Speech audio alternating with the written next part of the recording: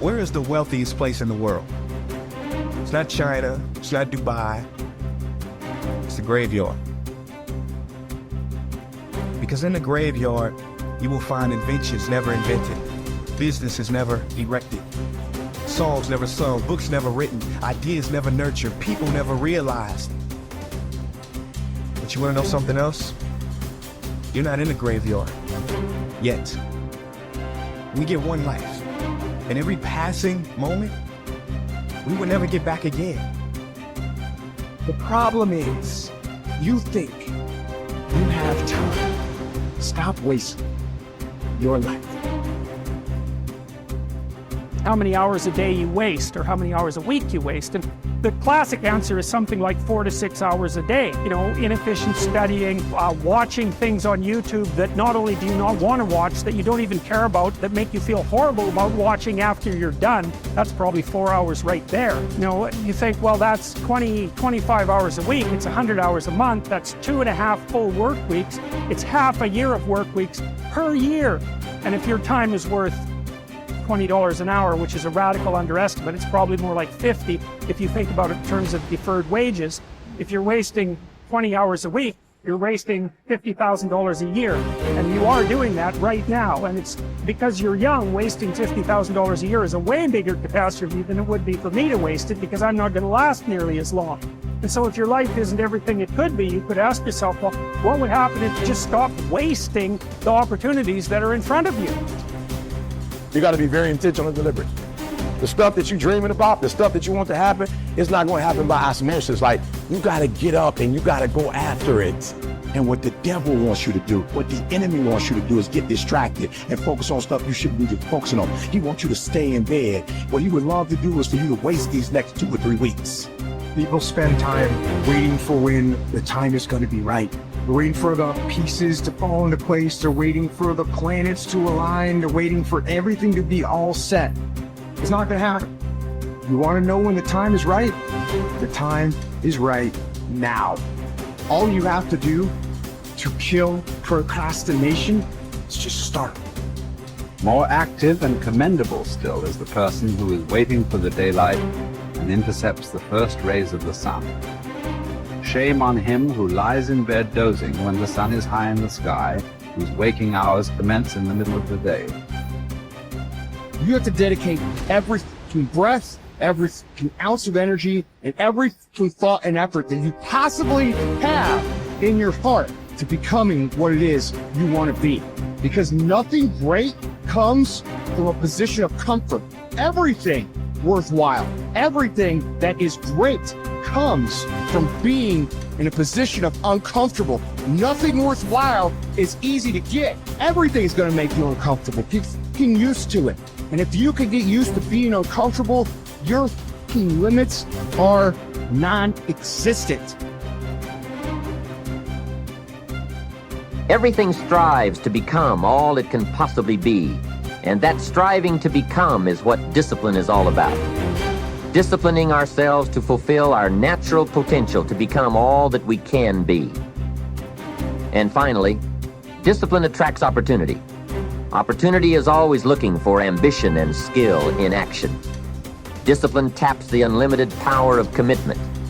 The human will in action, driven by inspiration, enticed by desire, tempered by reason, guided by intelligence, can bring you to that high and lofty place called the good life.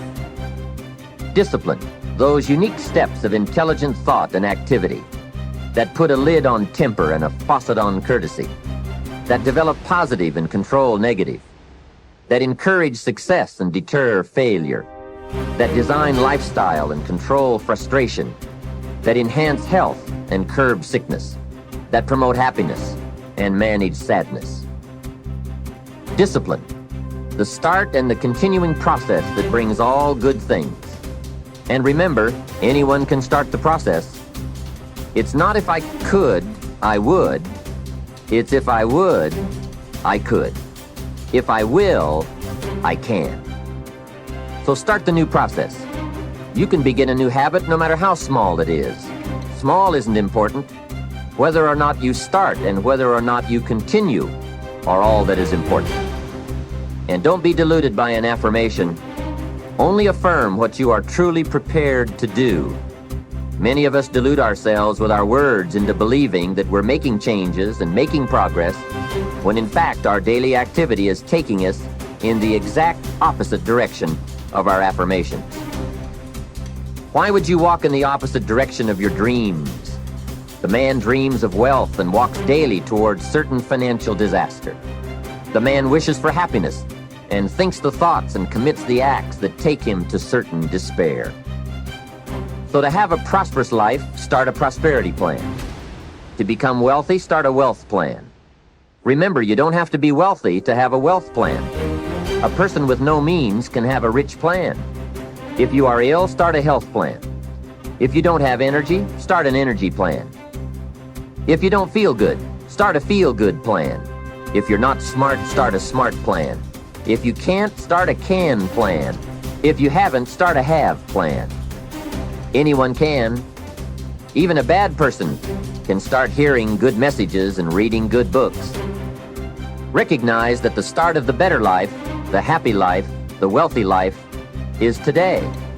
This is exciting. Both the process and the result can begin today. Start the new journey today. If you think of a new idea, today is the day to begin the discipline of putting that idea into action. Set this day up as a long, busy, exciting start for your new life. Get your first book for your new library today. Begin your new practice of setting goals today. Start clearing out a drawer of your new orderly desk today. Start eating an apple a day on your new health plan today. Put some money in your new investment for fortune account today. Start reading with intensity for your new wealth of mind plan today. Write a postponed letter today. Make a delayed telephone call today. Pick up your camera and take a picture of something to start your new treasury of photographs today. Get some momentum going on your new commitment to the better life. See how many activities you can pile on in this first day. Go all out. Break away from the negative downward pull of gravity. Start the thrusters going.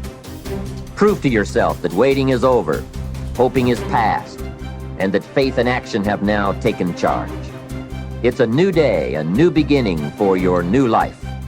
With discipline, you can't believe the list of positive moves you can make in the first day of your new beginning. What have you got to lose? Only the despair and fear and guilt of the past. Only the dissatisfaction and unhappiness and lack of fulfillment of the past. Only the frustration and low self-esteem of the past. Don't let yourself forget how many doctors have died, furrowing their brows over how many deathbeds, how many astrologers after pompous forecasts about others' ends, how many philosophers after endless disquisitions on death and immortality, how many warriors after inflicting thousands of casualties themselves, how many tyrants after abusing the power of life and death atrociously, as if they were themselves immortal. How many whole cities have met their end? Haile, Pompeii, Herculaneum, and countless others. And all the ones you know yourself, one after another. One who laid out another for burial and was buried himself, and then the man who buried him, all in the same short space of time. In short, know this: human lives are brief and trivial. Yesterday, a blob of semen. Tomorrow, embalming fluid, ash. To pass through this brief life as nature demands. To give it up without complaint.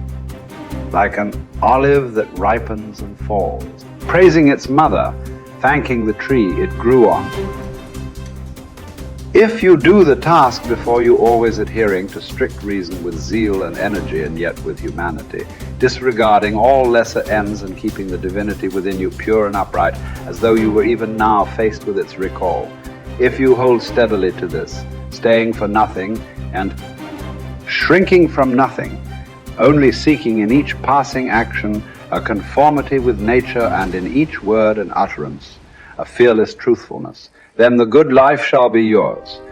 And from this course, no man has the power to hold you back.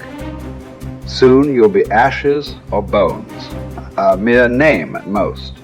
And even that is just a sound, an echo.